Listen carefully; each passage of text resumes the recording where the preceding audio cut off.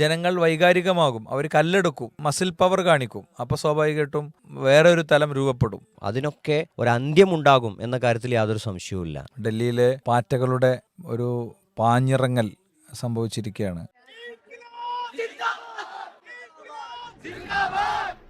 രാജ്യത്തുടനീളം പൊതുമേഖലാ സ്ഥാപനങ്ങൾ വിറ്റും അതുപോലെ തന്നെ ഒക്കെയാണ് പലപ്പോഴും ഇവിടുത്തെ ഒരു ഫിനാൻഷ്യൽ മാനേജ്മെൻറ്റ് യഥാർത്ഥത്തിൽ നടക്കുന്നത്. ശ്രീലങ്കയിൽ ഒരു ചായക്ക് 90 രൂപ ആയപ്പോഴാണ് ശ്രീലങ്കയിലെ ജനങ്ങൾ ഒന്നിച്ച് തെരുവിലിറങ്ങിയത്. അവർക്ക് അങ്ങനെ ആവാനുള്ള കാരണം അവർക്ക് പൊതുമേഖലാ സ്ഥാപനങ്ങൾ വിറ്റിട്ട് അതിൻ്റെ പണം ചെലവഴിക്കാനുള്ള അവസ്ഥയില്ല.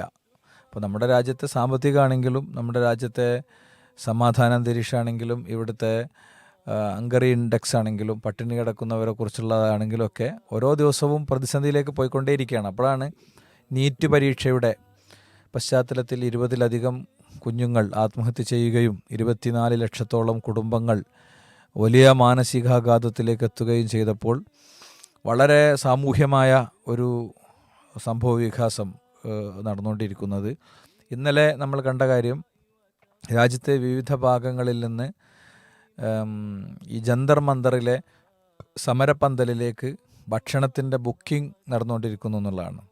അപ്പോൾ രാജ്യത്തെ പല ഭാഗത്തുനിന്നും ജന്തർ മന്ദറിലേക്ക് ഭക്ഷണം ബുക്ക് ചെയ്തപ്പോൾ ഇതാർക്കാണ് കൊടുക്കേണ്ടത് എന്ന് ഈ ഫുഡ് ഡെലിവറി ചെയ്യുന്ന ഏജൻസി ചോദിച്ചപ്പോൾ ജന്തർ മന്ദറിൽ വിശന്ന് കഴിയുന്ന ആരുണ്ടെങ്കിലും അവർക്ക് വേണ്ടിയാണ് ഈ ഫുഡ് എന്നാണ്.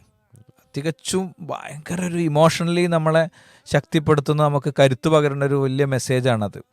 അപ്പോൾ നമ്മളൊക്കെ ചിന്തിക്കേണ്ടത് ഈ രാജാവും രാജാവിൻ്റെ കൂടെയുള്ളവരും നടത്തുന്ന പ്രചാരണ ക്യാമ്പയിനുകളിൽ മയങ്ങാതെ, വേൾഡ് കപ്പിൻ്റെ ഹരങ്ങളിൽ സുഖിക്കാതെ, രാവുകളിൽ അതിനുവേണ്ടി അലാം ക്ലോക്ക് വെക്കാതെ, വേൾഡ് കപ്പിൻ്റെ തീവ്രമായ അതിൻ്റെ ഫൈനൽ മത്സരം നടക്കുന്ന രാത്രിയിൽ പോലും ജന്തർ മന്ദറിൽ പാറ്റകളെന്ന് ആക്ഷേപിക്കപ്പെട്ടവർ അവർ തടിച്ചുകൂടിയിരുന്നു.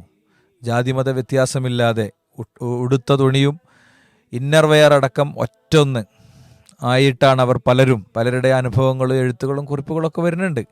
അപ്പോൾ അതിനെ നെഗറ്റീവ് ക്യാമ്പയിനിലൂടെ, മോശമായ പ്രചാരണങ്ങളിലൂടെ ഇല്ലാതാക്കാൻ ശ്രമിക്കുന്നവരുണ്ട്. അപ്പോൾ നമുക്കിപ്പോൾ ഭക്ഷണം, ജന്തർ മന്ദറിലെ വിശക്കുന്നൊരു മനുഷ്യന് ഭക്ഷണം എന്ന നിലക്ക് വിചാരിച്ച് സ്വന്തം വീട്ടിലെ ഭക്ഷണമേശയിൽ ഭക്ഷണം വിളമ്പി കഴിക്കുമ്പോൾ ഇവിടെ എനിക്ക് ഫിസിക്കലി ശാരീരികമായി അവിടെ വരാൻ പറ്റുന്നില്ല. അവിടെ ചെന്നവർക്ക് തന്നെ, ഫ്ലൈറ്റ് ഇറങ്ങിയവർക്കും ട്രെയിനിൽ പോയവർക്കും തന്നെ അങ്ങോട്ട് കയറാൻ പറ്റണില്ല.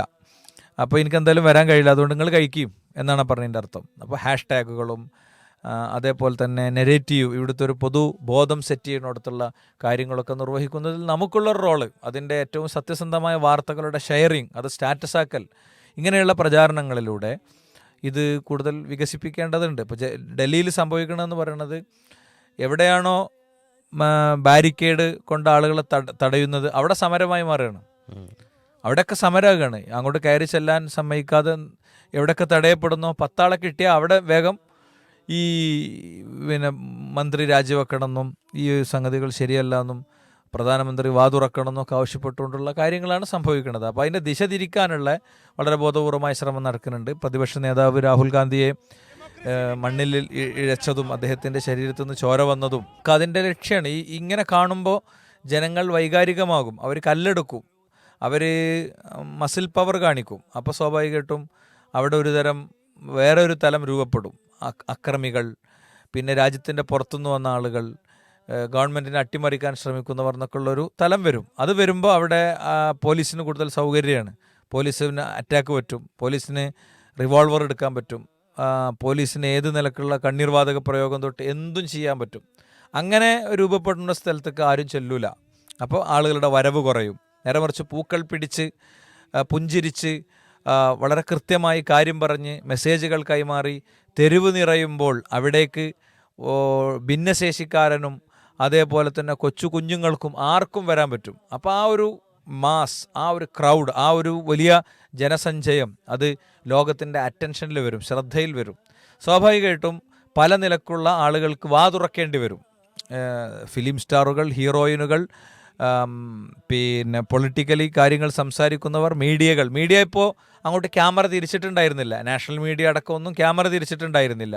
പക്ഷേ ജന്തർ മന്ദറിൽ കൂടിയ സമരക്കാരായ മനുഷ്യർ അവരുടെ ക്യാമറകളിൽ നിന്ന്, അവരുടെ ഫേസ്ബുക്ക് ഐ ഡികളിലൂടെ, അതേപോലെ അവരുടെ ഇൻസ്റ്റഗ്രാം പിന്നെ ഐ ഡികളിലൂടെ ലോകത്തിന് കൊടുത്ത ആ സന്ദേശം ഇവിടുത്തെ വലിയ നിലക്ക് കാര്യങ്ങൾ കൈകാര്യം ചെയ്യുന്ന വലിയ ക്യാമറക്കാർ അവരെ എത്ര തന്നെ മൂടി വെച്ചാലും ഇത് പുറം ലോകം അറിയുന്നുള്ളതിലേക്കുള്ള തെളിവായിരുന്നു. അതുകൊണ്ട് തന്നെ നമ്മൾ ഈ ഒരു സമയത്ത് നിങ്ങൾ പറഞ്ഞ ഈ കഥയിലെ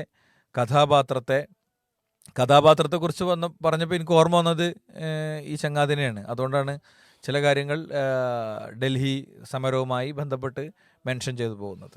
രാജ്യത്ത് ഇൻ്റർനെറ്റ് കട്ട് ചെയ്തുകൊണ്ട് അല്ലെങ്കിൽ മീഡിയകളെ വിലക്ക് വാങ്ങിക്കൊണ്ട് ഒക്കെ തൻ്റെ പ്രചാരണത്തിന് വേണ്ടി ഉപയോഗപ്പെടുത്തിയാലും, അല്ലെങ്കിൽ തനിക്കെതിരായ പ്രചാരണം നടക്കില്ല എന്ന് തീരുമാനിച്ചാലും അതിനൊക്കെ ഒരന്ത്യമുണ്ടാകും എന്ന കാര്യത്തിൽ യാതൊരു സംശയവുമില്ല. കാരണം ലോകത്ത് കഴിഞ്ഞുപോയ ഒട്ടനവധി ചരിത്രങ്ങൾ ഭരണാധികാരികളുടെ കാര്യത്തിലൊക്കെ സംഭവിച്ച അതാണ്. അത് സോവിയറ്റ് യൂണിയനിലാണെങ്കിലും ഇനി ജർമ്മനിയിലാണെങ്കിലും ഒക്കെ ആളുകളെ അധികാരം ഉപയോഗിച്ചും തന്ത്രം ഉപയോഗിച്ചും തടഞ്ഞു വെച്ച ആളുകൾക്കൊക്കെ അവരുടെ അവസാനം അത് മോശമായിരുന്നു എന്ന ഒരു തിരിച്ചറിവ് കൂടി ഏതൊരു രാജാവിനും ഭരണാധികാരികൾക്കും ഉണ്ടാവുന്നത് വളരെ നല്ലതാണ്. പ്രത്യേകിച്ച് ആ രാത്രി അലാമൊക്കെ വെച്ച് എണീറ്റ് ടീമുണ്ടല്ലോ, അവരോട് വീണ്ടും പറയുന്നു, ജന്തർ മന്ദറിൽ രാജ്യം ആഗ്രഹിക്കുന്ന ഒരു പോരാട്ടം നടക്കുന്നു.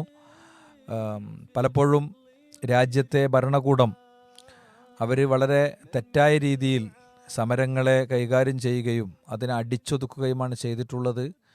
നമ്മൾ ഓരോരുത്തരും നമ്മുടെ വീട്ടിലും റൂമിലും ഇരുന്ന് ഈ സമരത്തിൽ നമുക്ക് പങ്കാളികളാകാൻ കഴിയുന്ന വിധമുള്ള ഒരു ഫ്രെയിം അതിനെ രൂപപ്പെട്ടിട്ടുണ്ട്. നമ്മൾ എന്തു പറഞ്ഞു, എന്ത് സംസാരിച്ചു, എന്തിടപെട്ടു എന്നത് നമ്മുടെ നിലനിൽപ്പിന് തന്നെ ഏറെ പ്രസക്തമാകുന്ന ഒരു കാലത്താണ് യഥാർത്ഥത്തിൽ നമ്മൾ ജീവിക്കുന്നത്. അത് മറക്കരുത്.